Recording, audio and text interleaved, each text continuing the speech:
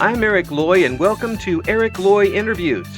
On this podcast, we talk with folks from the VTuber community on their channels, their talents, their stories, where they come from, and their plans for the future. We are joined by RictorPHX. Hi. Hello. Hi, please introduce yourself to everybody. All right, my name is RictorPHX from Arizona. I'm all about three things: chaos, carnage, and cringe. And yes, I can be a little unhinged, but not today. Oh no, that's fine. You can be as unhinged as you want. That's perfectly fine. Cool. That's it. Yeah, we've got all the buttons up, so everything's good. Now, so when did you get started with VTubing? So that's actually a bit of a funny story. I've actually been trying to do content creation for like over a decade, but it's been like one preoccupation after another. Mm-hmm. Things keep coming up, but I've been trying really hard, but I started doing live streaming more consistently last year. But as far as VTubing goes, I did not actually start out that way. So what got me into VTubing was actually one of my friends. So I've actually been following VTubers for a while at this point. In fact, I've actually started gathering a group of friends who are all VTubers. Mm-hmm. One of my friends, who I will name drop right now. She's a sweet person. Her name is Rin Clawthorn. She convinced me to give VTubing a try. Uh-huh. Because like I started out as a flesh tuber, as people call them. I basically put together an outfit like a character, a cosplay, if you will. Right. Using whatever happened to be in my closet. And then she told me, have you considered VTubing? And which I did. Right. But at the time, I wasn't really considering it, even though the option was on the table. Mm-hmm. But after we talked for a bit, she convinced me, hey, why don't you try VTubing? So another friend of mine, she made me the model. Mm-hmm. And I've been doing it since June. So June's when I officially started VTubing, and it's been the best decision, one of the best decisions I ever made. Now, was it easier for you to have the model up there and interact with people, or did it take a little while to get used to? I adapted pretty quickly. Especially since I took the time to actually get used to the motion capture and get used to actually having the model on screen. So, it did take a while to get used to. I'm sorry, it did take a while to actually adjust to it, if you will. I know that sounds counterintuitive, but after I debuted, once I set everything up on OBS, it was just smooth sailing from there. Yeah, and you'd already been online. I mean, you'd streamed before, but just not with the model, with the face camera. So once you did it a couple times with the model, what was the big difference for you between the face cam and the model? Well, actually, I didn't really do the face cam. For the most part, I was as my friend would put it, a disembodied voice. Oh, sometimes those are the best voices. Because the only time I would actually use a webcam is if I was doing reaction content. But even then, I was told that my cosplay was scary looking. So, the main difference between I like to say the main difference between doing that character and doing VTubing is the fact that with the model, I'm more expressive, and I can actually be on screen more often and at all times. Yeah. So it actually gives viewers something or someone to actually interact with, rather than just like looking at an image with a voice just like speaking out of nowhere.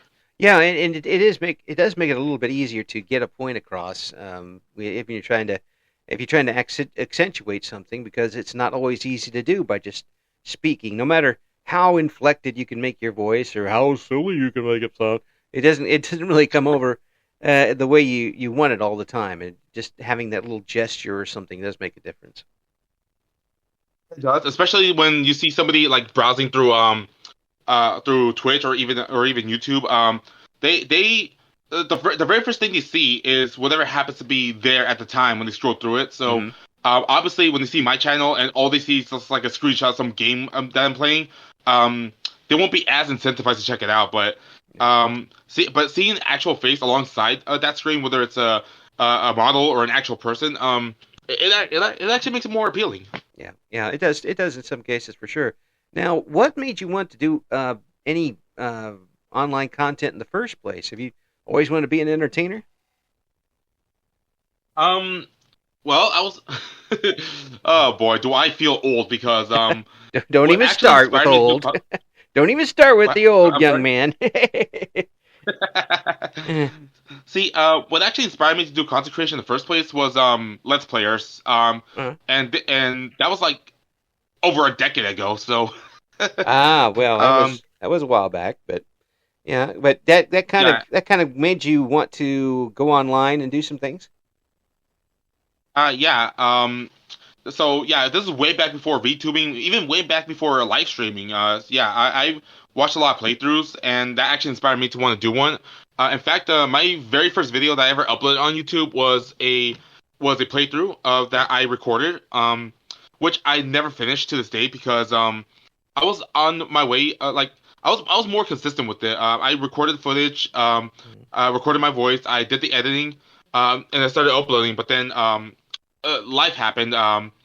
And or my attention went towards that. So that old playthrough, which is still on up on my channel, by the way, that old playthrough was never finished. Mm. So if I so eventually I will get back to playing that game, maybe starting over and actually finishing it. But for now, it's just awkwardly sitting there.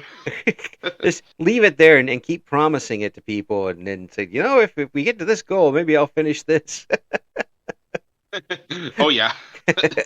Leave it hanging over their heads every time they come on. So, what games do you normally like to stream? Well, as I said before, I was inspired by Let's Players, so I Mhm. mostly play story-based games.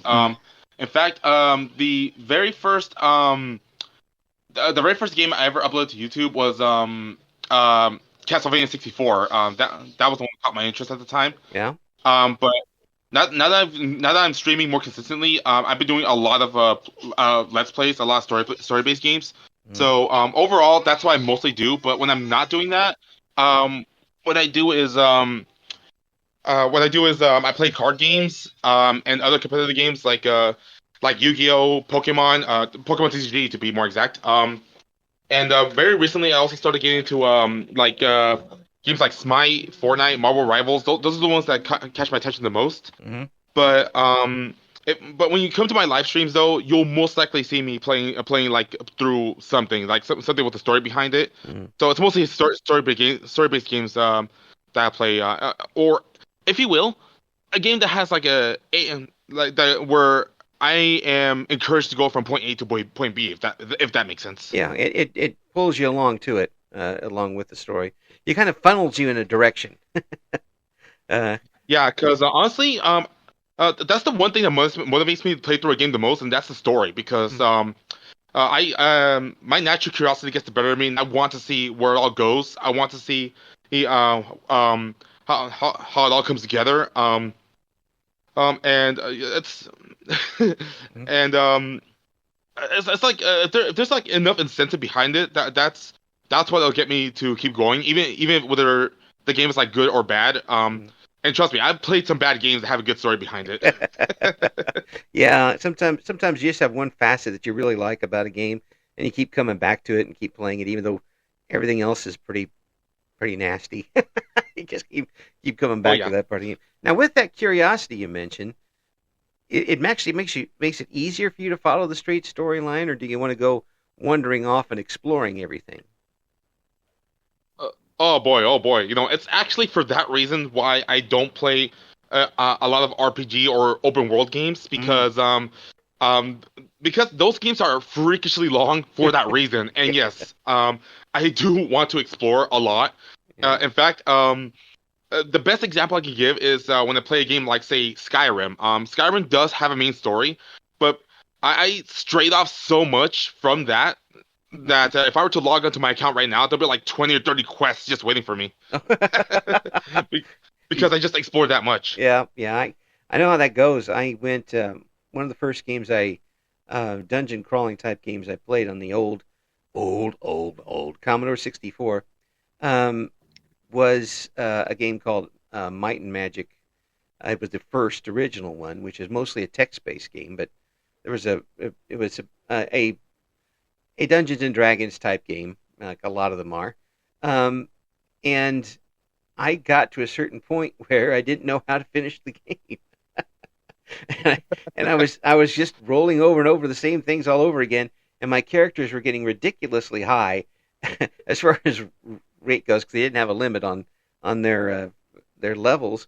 So I actually bought a pad of graph paper and graphed out everything in the game.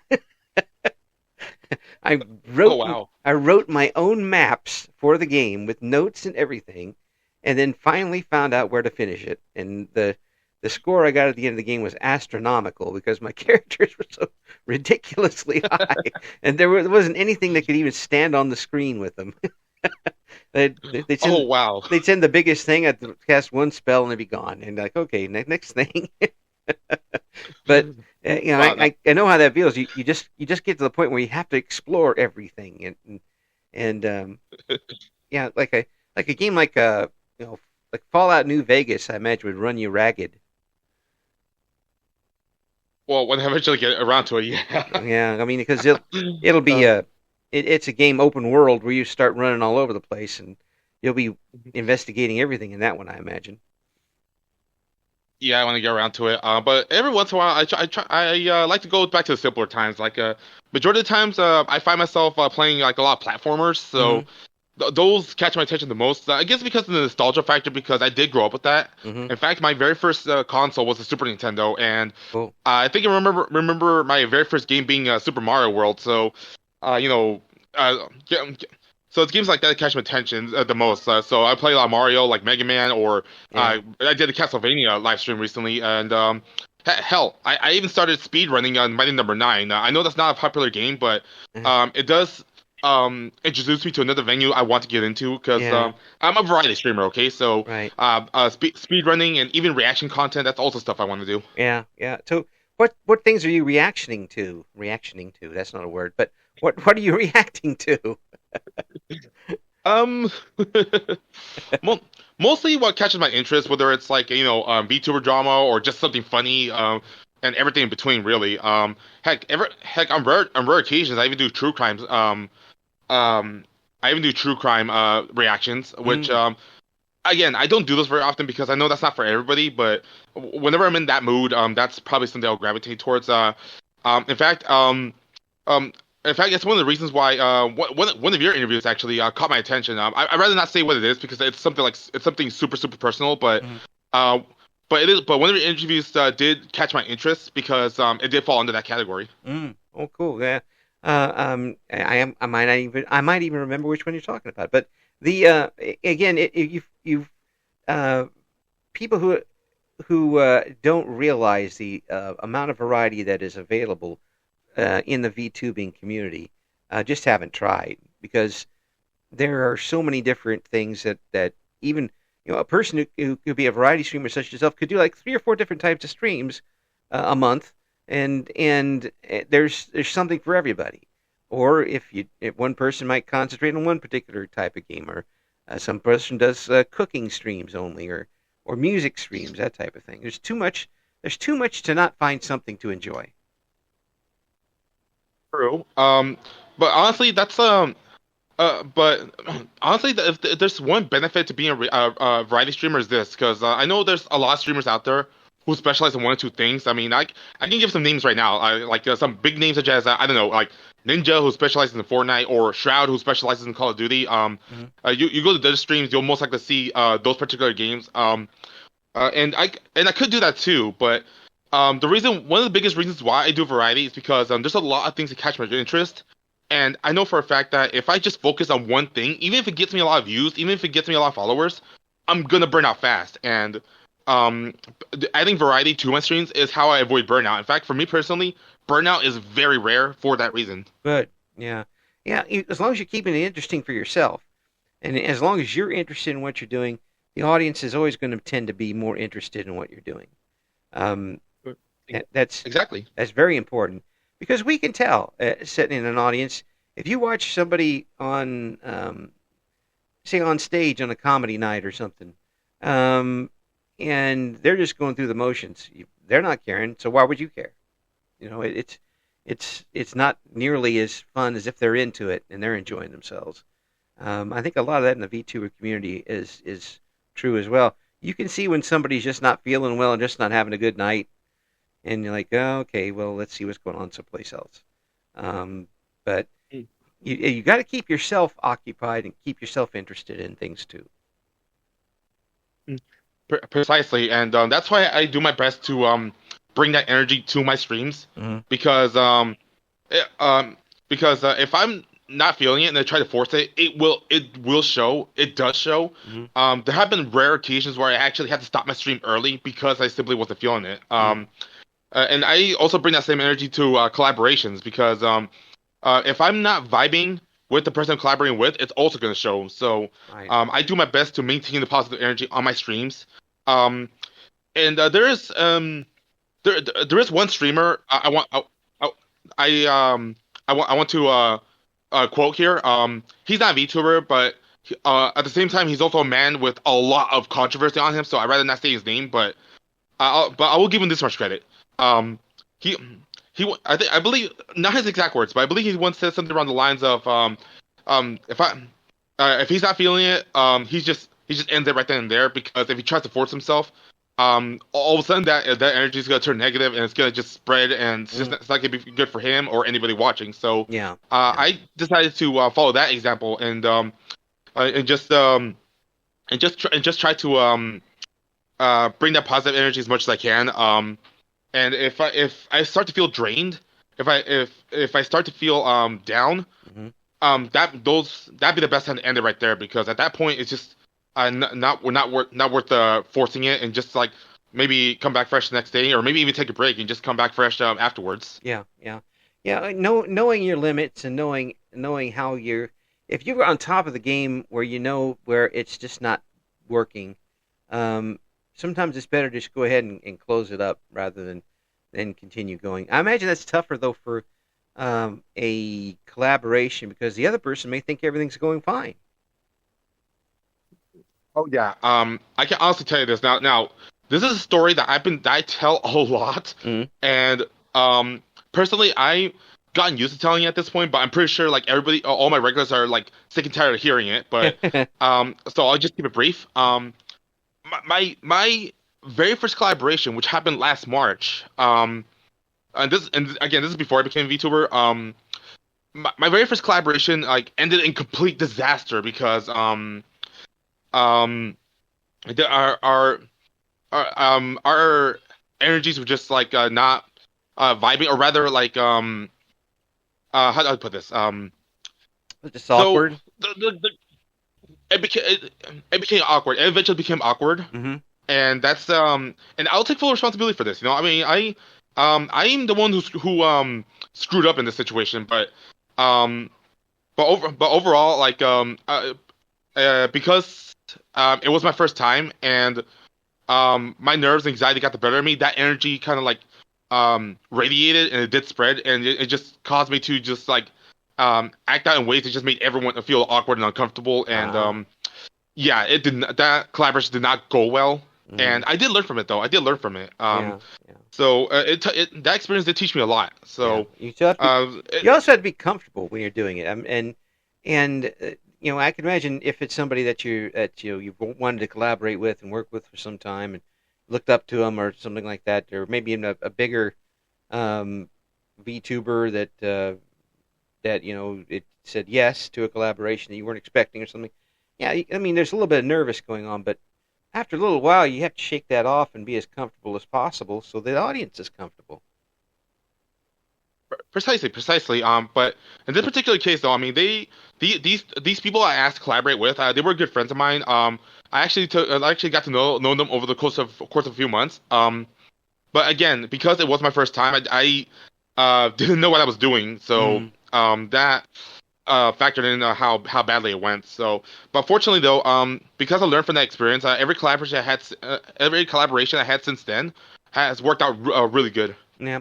I think the collaborations now are. How long does it take for you to be comfortable enough with somebody to ask for a collaboration? Now see, that is one advice I like to give everybody. When you're doing collaborations, it's best not to collaborate with just anybody. Okay. The most important thing you need to do is actually get to know the people you're collaborating with and feel out their vibes. If you feel like they're gonna not if you don't feel like they're gonna vibe with you on stream, it's best not to even try it because if the chemistry is not there, it's gonna show and people will notice. So it's always important to actually get to know the person, whether it's over a course of weeks, maybe even a course of months. If especially if a friendship develops. I mean, if it does, that's great because then you'll have strong chemistry and that's gonna make the stream a whole lot better. People are gonna enjoy it more. Right. And honestly, if I hadn't learned that in the first place, that collaboration would have gone a whole lot better. But again, that's the way I work. Okay, I don't collaborate with just anybody. I have to get to know the person first. Yeah. It's and there's something else too to remember. And I had this with a lot of folks I did as broadcasting partners back in the radio days. Is that sometimes it just doesn't work. It's not anybody's fault. Nobody's nervous or something, but just for some reason, the two people or three people just don't gel together. It's not anybody's fault. It just happens, and you go on and learn from there, and go and move on, and try not to come back and have another wreck. I mean, Right. You go from there and move on and chalk it up to experience. So there's. I think one of the big things that people need to remember with it, and I hope that people do, is that don't get discouraged. If you have a bad time with somebody, maybe the next one will be better. And it seems to be a pretty decent way to at least get yourself out there with audiences that don't know you're there necessarily. But again, you are also putting your brand out there. You're trusting your followers to somebody else, and they're doing the same for you, obviously. But if he or she or they do something stupid, well, guess what? It's also on you. Oh, it is because I've actually had a few moments where I had people on my stream and they suddenly start bringing up topics that are just like very discomforting. I'd rather not say what those topics are, but definitely not the kind of thing you want to talk about on stream. So yeah, because of that, and because it's for the reasons why I decided not to like work with these people again. Yeah. Or at the very least, not without like stricter boundaries. Yeah. And it doesn't mean that you get necessarily angry with them and all that stuff. It's just that you just don't bring them on your stream again. I mean, someone who does a lot of adult things on the stream and somebody who doesn't do a lot of adult things on the stream, they're probably not going to necessarily work out together. Maybe they will. Maybe it'll be an opposites attract type of thing. You don't know until you try, but you learn and you go on from there. Don't make the same mistakes over and over again is the big thing. Oh no, you got to learn from them. And that's another lesson I did learn though is that when you're collaborating with people, it's always important to be mindful of them. There's a like one example I can give. One of my close friends, her name is Sazuna. She's a very sweet person. She's a very wholesome streamer herself. I collab with her on the regular, and I kind of say that the way me and her run our streams are completely opposite. She's like chill, wholesome, and I'm like energetic and unhinged at times. So, I have respect for her though because we're both streaming at the same time. I tend to hold myself back. I try to adhere to her standards rather than doing what I normally do on my own. Mm, And it's for that reason why we work out so great. mm. Oh, yeah, and I think that's good to take in too. I mean, if they're inviting you on, you're kind of a guest on theirs, just as they're a guest on yours. It's a courtesy type of thing to at least put out that much effort into it. But if you're going random, it could be perfect. It could be damaging. It's a real gamble, and if you really want to take that gamble with stuff that you've done a lot of hard work on to build up to this point, go right ahead. But I wouldn't suggest it. I I wouldn't suggest you just if you don't know what you're working with, then I wouldn't do it at all.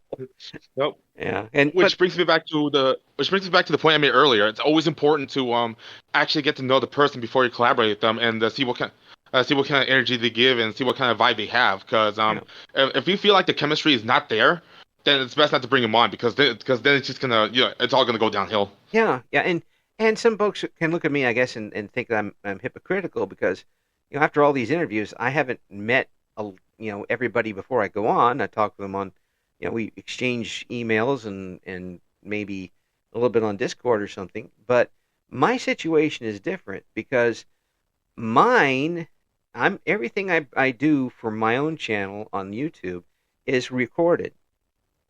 So if somebody comes on and there's like awkward pauses or something happens or one of my cats breaks down the door and comes running in, I can edit that out and it's going to sound better in the long run. Live, not so much. Nope. And you guys are operating without a net. You guys have if you're going to go splat, you're going to go splat. And there's somebody is recording it, but not you at that point. uh, So it's yeah, that's. yeah. I'm sorry, go ahead. No, it's a little bit different from that standpoint. But so what would you want to do with your channel you haven't done yet? What would I want to do with my channel that I haven't done yet? Yeah. Oof, that is that is honestly a tough question to answer because as a variety streamer, I've experimented with a lot of things. I mean, like I said, I've been doing this consistently for over a year now, and I honestly feel like I haven't done everything yet. Like I can honestly say I'm still in the experimental phase. Like I've actually done other type of streams, and I felt like they weren't for me. I've done other competitive games. I feel like they weren't for me either. And I've even done a subathon recently. That didn't go so well, but hey, I'm glad I tried at least. Honestly, at this point, I don't feel like there's anything more. At least off the top of my head, maybe maybe it'll hit me later on, but as of right now, the only thing I want to do for my channel is just like maybe change it up a bit visually, compared to how I have it now. Yeah. But other than that, I can't think of anything else to add. At least not at this moment. Yeah. Oh, that's good. That's excellent because that means you're doing what you want and you're obviously enjoying yourself with it, which is the main thing of everything. I mean, you're putting out a good effort into it, but you're also enjoying what you're doing. And has it been all fun and games and wine and roses for you, or have there been a few downtimes?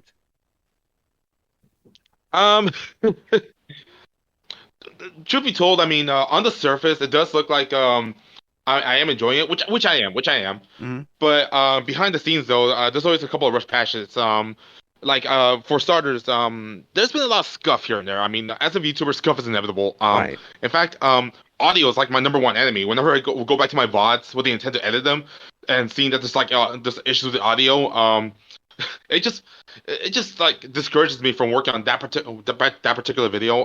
Yeah. I had to cancel so many projects because of how bad the audio is. So that's one down. That's like one of the biggest downsides I deal with. Also, not to mention the way I'm feeling because like I said, it's like how we were talking about earlier. If I'm not feeling up to it, and if I force myself, it's gonna show. And there have been occasions where I tried to stream when I wasn't all the way there. In fact, there on rare occasions I've actually done streams where it's just me like venting about stuff that bothers me. Right. Um, and admittedly, don't they those have not gone so well. But but overall though, there's always gonna be there's always gonna be downsides to this. Yeah. I mean, um, there's gonna be scuff, there's gonna be behind the scenes drama, there's gonna be a lot of things that happen throughout this journey. Um, but overall though, it's been great so far. But I'll be the first to admit if I'm not if I am the first that it's not smooth sailing. It's never 100% perfect. Yeah. Yeah. Well, you can't expect perfection all the way through, and audio issues can sometimes really discourage you. But then they're just little tricks and trade in the trade that you can do to improve the audio. You don't necessarily have to have a super microphone or anything like that. Sometimes just a little baffling on the walls or something along the lines improves the quality. Sometimes not talking into a window as you're doing it might make it sound a little better. Uh, like I'm doing right now, talking right at a window. Um, there's different things you can do. Even putting up a little carpeting in front of you will make it better, um, and not necessarily cost you so much. Uh, you don't need the best equipment to do it for talking. Now, if you're doing something else, if you're doing a singing or something along those lines, doing an instrument or something, you're going to need a better setup. Otherwise, it's going to sound like you're doing everything through a tin can, which isn't particularly good either. But there's those things. Those are things that you can eventually work through, I'm sure. Yeah, it's not just to the mic though. It's also like the stream itself. Like sometimes the game is too low or it's too high, or sometimes like I have background music on and it can't be heard. Right. Yeah, there's stuff like that. And you're right. You're right about one thing though. We do when doing this, you don't necessarily need the best equipment. I mean, I've seen people with like $2,000 PC with like triple monitors and maybe like that boom mic. They're like wearing like $120 headphones. With me, a bit of an immersion break here, but all I have to work with is my headset and my laptop. That's pretty much it. That's all I work with. Yeah. Uh, in fact, I recently got myself a capture card so I can like start streaming like games from my consoles, especially my Switch. Right. And it's just a cheap $15 capture card, and with a lot of screen tearing. But you know what? If it gets the job done, I'll stick with it. Yeah. So overall, yeah. I mean, I'm basically working on the budget for the most part. Yeah. Yeah. So back in radio, we used to work with no budgets. You got to here you go. Here's a rubber band and a tin and a paper cup. Go do the broadcast. Like, okay, I got it, boss. But it's not really necessarily a question of the people can worry about the quality of the audio or that type of thing, but it is people are still coming back for the personality of the person doing the broadcast, and I call them broadcast because really they are broadcasts. Um, they'll come back and they're watching whatever you're doing because they like being with you. How does that strike you when you realize that you have folks there specifically because you're there? As a matter of fact, that's exactly what I'm looking for because I don't want people to come to my streams just because of what game I'm playing in particular, or even because of the way my model looks, so or it's like that. In fact, I'm always looking for new ways for people to interact with me, whether it's through redeems or even like through incentives. It always makes me feel good to see regulars always coming back. Right. Because at this point, like I almost recognize everybody by name at this point. So every time I see somebody in my chat I always like address them by name. I would say, hey, glad you're here or welcome back, that kind of stuff. Or when I see somebody new, I always welcome them. I always welcome them the same way. Mm-hmm. And honestly, and truth be told, I mean, I don't know how you gotta feel about this particular topic, but let's keep it a buck 50 here. Let's keep it real. Yeah. Uh, the main reason why it feels so good to see regulars coming back, and the reason why it feels so good that people stick around for me, not because of what I do, but for me specifically, is because as a male VTuber, that's honestly all I have to work with. Because the truth is, female VTubers have an advantage over us. So I gotta essentially work twice as hard just to keep up. Mm-hmm. So um yeah, so I and to bring up what I pointed out earlier, that's why I do my best to maintain that positive energy because whether I'm streaming to like 2 viewers or even 20 viewers, Right. I try to maintain that same level of positivity, that same level of energy, to essentially let everyone know, hey, this is who I am. This is what you get every time I stop by. Yeah. When you come back, this is what you'll get again. So overall, that's the beauty of being a variety streamer because like when people come back, you know it's for you and not the game you're playing. RictorPHX, thank you so much for coming on. I do appreciate you coming on and talking with us. We'll have the links that you can find out what Richter's up to on the description. That's what it is for the video on the channel here. Thanks so much for coming on, RictorPHX. I do appreciate it. And thank you so much for having me, especially after all the cancellations. I mean, we had to cancel twice before we got to this point. Sometimes the straight line just isn't going to work. Nope. But overall, I'm glad to be here. Thank you for having me, and I wish you luck in your future interviews. Thank you for listening to Eric Loy Interviews. Join us again next time when we talk to another member of the always interesting VTuber community.